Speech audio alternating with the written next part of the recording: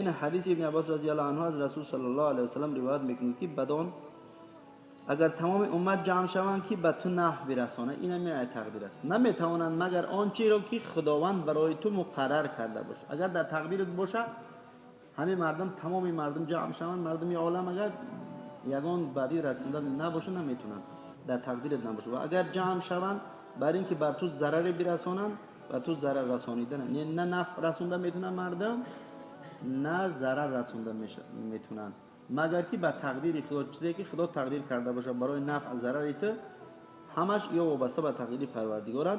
باید ما و شما اصول دین ما که باید به تقدیر خیر شر از جانب پروردگار ایمان داشته باشیم. مگر آنچه را که خداوند به تو مقرر کرده و چیزی که نوشته مقرر شده آن میرسد و قلم از نوشتن برداشته شده است و صفحه ها خشکیده است.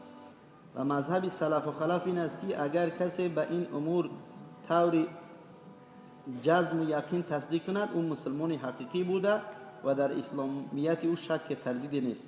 برابر از این تصدیق وی از براهین قاطع باشد، از یعنی حجت های قاطع، و یا از اعتقاد جازم باشد.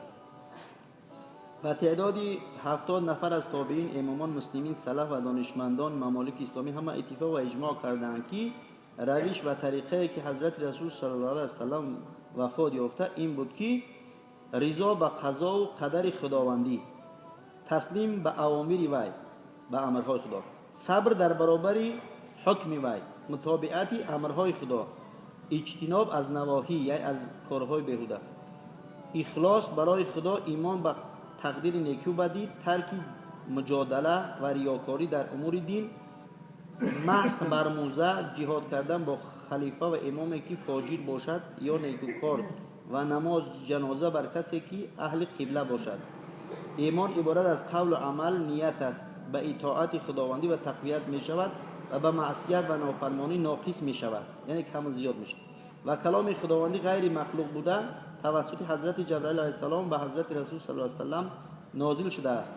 و صبر کردن تحت بیرق پادشاه مسلمان و تکفیر نکردن اهل قبله، یعنی کسی که طرف اهل قبله نماز میکنه باید او ما و شما کافر نگیم. همه ایران باید چیزی که در سر ما میاد ای بعدی اونه که از تقدیر خداوند بینیم، به تقدیر ایمان داشته باشیم که خداوند ما و شما رو توفیق ده برای راست هدایت کنه و همین مذهب امام اعظم رسول الله. ربنا تقبل منا انك انت السميع العليم برحمتك.